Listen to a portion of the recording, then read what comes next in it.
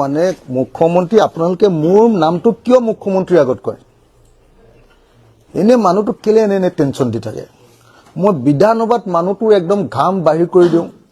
5 second 10 second একদম senseless হৈ যায় এনেকে আপোনালোকে দেখিছে নাই সেন্সলেস হৈ যায় নাই বাৰু মই এবাৰ বিধানসভাত যিকিটা দিছো দুইবাৰ এটা ভাষণত দুইবাৰ তেওঁ চক খাই এনেকে এবাৰ 5 সেকেন্ড 6 সেকেন্ড মান আপোনালোকে ভিডিওটো অলপ ক্লোজ কৰি চাব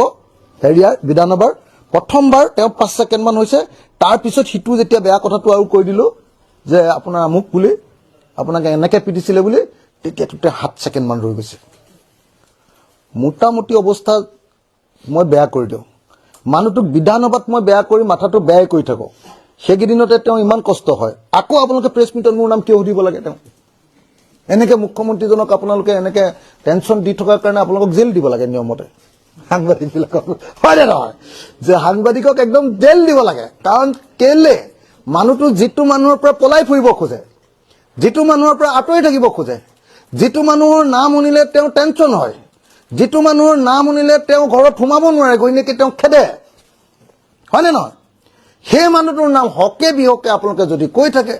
হিমন্ত বিশ্ব শৰ্মাইটো কবই লাগিব যে কোন অখিল গগৈ নহলে কাৰণ মোৰ বিষয়টোত সোমালে তেওঁ এটা কথা জানে যে মোক হেতু পৰা তেনেকে জনে তেনে কাটি খাই আহিলে ভাল মোক কিবা এটা কৈ দিলে মই তেওঁৰ ওপৰত 10টা কথা কৈ দিম আপোনালোকে দেখিছে নাই মোক হেদিনা কৈ দিলে মই কি বুলি কলো মোক কলে বোলে তই প্ৰণৱ বৰুক প্ৰণৱ বৰুক বোলে তই এনেকে আন্দোলন কৰি মাৰিবলৈ পঠিয়াই দিলি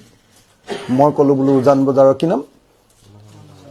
মানৱেন্দ্ৰ শৰ্মা মানুহজনৰ নামটো শুনিছে নাই বুজিছে নাই মোক কলে বোলে তই জেলৰ ওপৰত জেল গৈছ তোৰ লাজ নাই মই কলো বোলো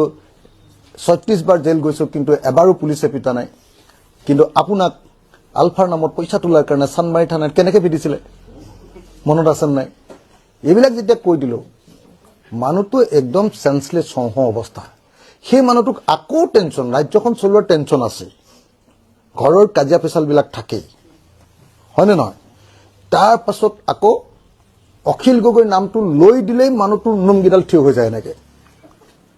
কেলে বেয়া কৰি থাকে নকৰিব ডিস্টাৰ্ব নকৰিব হিমন্ত বিশ্ব শৰ্মাক নেক্সট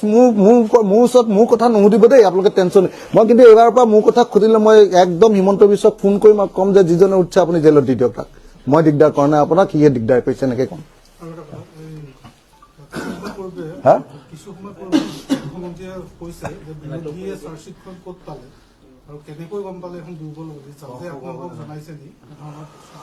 নহয় মানে চাৰ্জশ্বিটখন সংবাদ মাধ্যমে ইতিমধ্যে চাৰ্জশ্বিটখনৰ বিষয়ে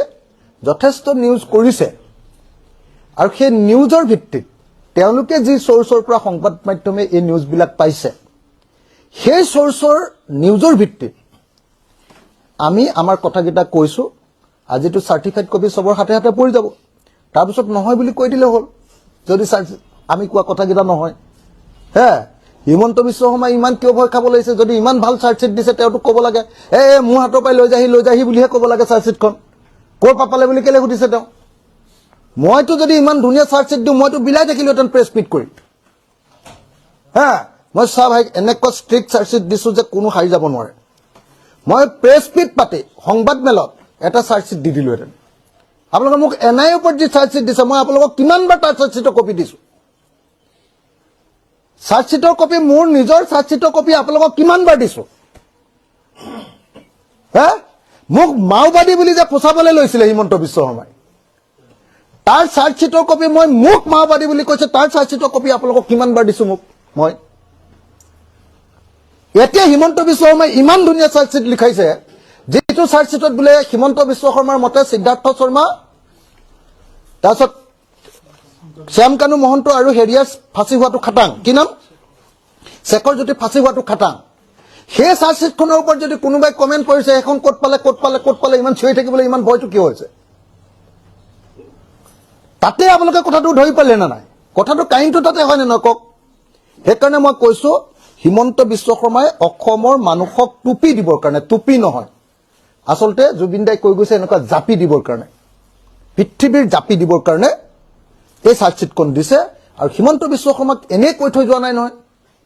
পলিটিক্স নকৰিবা বন্ধু কাৰ নাম লৈছে চাবচোন আপুনি দুটা মানুহৰ নাম লৈছে সৰ্বানন্দ সোণোৱাল আৰু হিমন্ত বিশ্ব শৰ্মা আৰু কি কৈ গৈছে কৈছে যে বিজেপি এটা বটলা পাৰ্টি আৰু সেই বটলা পাৰ্টিটোৰ যিজন কমাণ্ডাৰ ইন চিফ হা মই CEO কি কয় চেয়াৰমেন বুলি কওঁ আলফাৰ যেনেকৈ চেয়াৰমেন আছে ঠিক তেনেকৈ বিজেপিৰ যিটো কোম্পানী এতিয়া এইটো কোম্পানী এতিয়া RSS বিজেপি নাই নহয় আৰু এটা সব Himanta Biswa Sarma and company private limited HBS company private limited সেই HBS কোম্পানী প্ৰাইভেট লিমিটেডৰ চেয়াৰমেনে হা এতিয়া ইমান টেনচন কেলে খাইছে চাৰ্জশিটখন যোনে য'ত নেপাক লাগিলে যদি মিছা কথা তেতিয়াহ'লে ক'বা চাৰ্জশিট বৰ তোমালোকৰ পুলিচে লিক কৰি দিয়ে লিক কৰেতো তোমালোকৰ এনকোয়াৰী অফিচাৰে সব সাংবাদিকৰ হাতে হাতে চাৰ্জশিট আছে সব সাংবাদিকৰ হাতে হাতে চাৰ্জশিট আছে খালি কোৰ্টে ধৰিব বুলিহে কোনো চাৰ্জশিটখন উলিয়াই দিয়া নাই সবৰ হাতে হাতে কালিতো হেৰিয়ে পাতিছে প্ৰাগত হেৰি পাতিছে কি কয় আপোনাৰ টক শ্ব' পাতিছে সেইখনৰ ওপৰত ND24 টক শ্ব' পাতিছে NK টিভিৰ ওপৰত কি কয় টক শ্ব' পাতিছে সবতে টক শ্ব'ই পাতিছে প্ৰতিদিন টাইমে আজি পৰহিয়ে একদম চাৰ্জশিটৰ মূল কথাকেইটা কৈয়ে দিলে সাংবাদিকে ক'ৰ পৰা চাৰ্জশিট পায় এইটো পৃথিৱীত সুধিব পাৰে নেকি কোনোবাই আৰু সাংবাদিকৰ পৰা আমি পাওঁ বুলি কোনোবাই সুধিব পাৰে নেকি এইটো ইমান ভাল চাৰ্জশিট দিছা তুমি কপিটো দিয়ে দিব লাগে মোলেতো তেওঁ হোৱাটছএপত দিয়ে দিব লাগে মই এতিয়া হোৱাটছএপত দিম এতিয়া আপুনি চাৰ্টিফাইড কপিখন দিয়ক বুলি মোক হা তেতিয়াহ'লে মই পঠিয়ামে এতিয়া আপুনি ইমান কিয় ভয় খাইছে ইমান ধুনীয়া চাৰ্জশিট দিছে আপুনি দি দিয়ক মোকো এটা কপি এনেকৈ কম হয়নে নহয় কওক এই এনেকুৱা কথা ক'ব নাপায়